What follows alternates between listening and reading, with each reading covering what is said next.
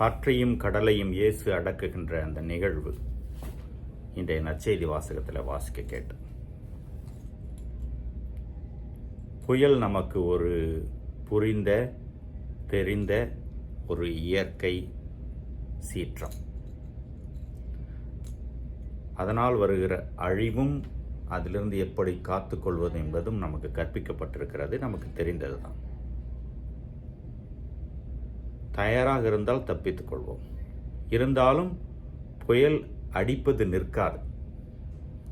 நம்முடைய வாழ்க்கையிலே அப்படிப்பட்ட புயல்கள் நிறைய வரலாம்.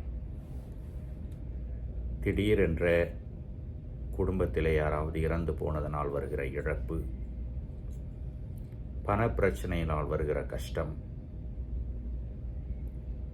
உறவு சிக்கல்களிலே முறிவு,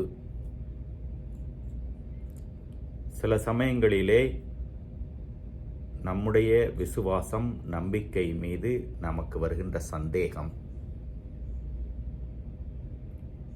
இதில் எதிலாவது நாம் தடுமாறுகிற பொழுது இறுக இயேசுவை பற்றி கொள்வதற்கு இன்றைய வாசகங்கள் நமக்கு அழைப்பு விடுக்கிறது. சில சமயங்களிலே பாவ பழக்கங்கள் தவறுகளினால் வருகிற போராட்டம் கூட ஒரு புயலாக நம்மை தாக்கலாம். ஒவ்வொருவருக்கும் ஆளுக்கு இடத்திற்கு தக்கவாறு இது மாறுபடும். ஆனாலும் இயேசுவின் மீதுள்ள நம்பிக்கை அசைக்க முடியாததாக இருக்கிற பொழுது ஒரே தீர்வு, அமைதி கிடைக்கும்.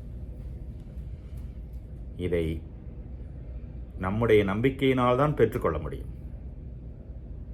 முதல் வாசகத்திலே யோபு நூலிலிருந்து வாசிக்க கேட்டோம். அவருடைய நூலை வாசித்தவர்களுக்கு தெரியும், அவருக்கு வராத கஷ்டம் இல்லை, அவர் காணாத இழப்பு இல்லை. ஆனால் இறைவன் மீது வைத்திருந்த நம்பிக்கை அசைக்க முடியாததாக இருந்தனால் எல்லாவற்றையும் பெற்றுக்கொண்டார். இரண்டாவது வாசகத்திலே புனித பவுல் உறுதி தருகிறார், இயேசுவின் மீதுள்ள நம்பிக்கை நமக்கு முடிவில் வாழ்வை தரும் என்று. அவருடைய வாழ்வும் மிக எளிதானது அல்ல. இயேசுவை ஏற்றுக்கொள்வதற்கு முன் வேறொரு போராட்டத்தில் இருந்தார், எப்படியாவது ஒழித்து விட வேண்டும் என்று. கிறிஸ்துவத்தை ஒழிப்பதற்கான போராட்டத்திலே அவரால் வெற்றி கொள்ள முடியவில்லை. கடவுள் வெற்றி கொண்டார். பிறகு இயேசுவை ஏற்றுக்கொண்ட பிறகு இயேசுவை அறிவிக்க வேண்டும், நான் மாறிவிட்டேன் என்று நம்ப வைக்க வேண்டும். ஏற்கனவே இயேசுனுடைய சீடர்கள் இவரை எதிரியாக பார்த்தார்கள். அவர்களிடமெல்லாம் இல்லை, நான் உங்கள் எதிரி இல்லை, நானும் இயேசுவின் மீதுள்ள விசுவாசம் கொண்ட ஒரு விசுவாசி என்று தெரிவித்தார். பிறகு தம்முடைய இன மக்கள், யூத மக்களுக்கு இயேசுதான் மீட்பர் என்பதை அறிவிக்க வேண்டும்.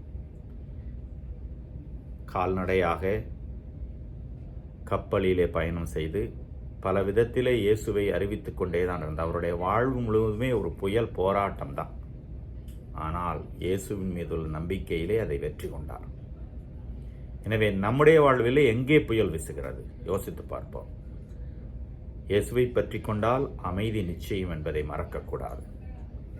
அந்த அமைதி இந்த உலகத்தில் கிடைக்கும், அது முடிவில்லா வாழ்வு வரை நம்மை வழிநடத்தி செல்லும். இறைவன் என்றென்றும் வாழ்த்து பெறுவாராக.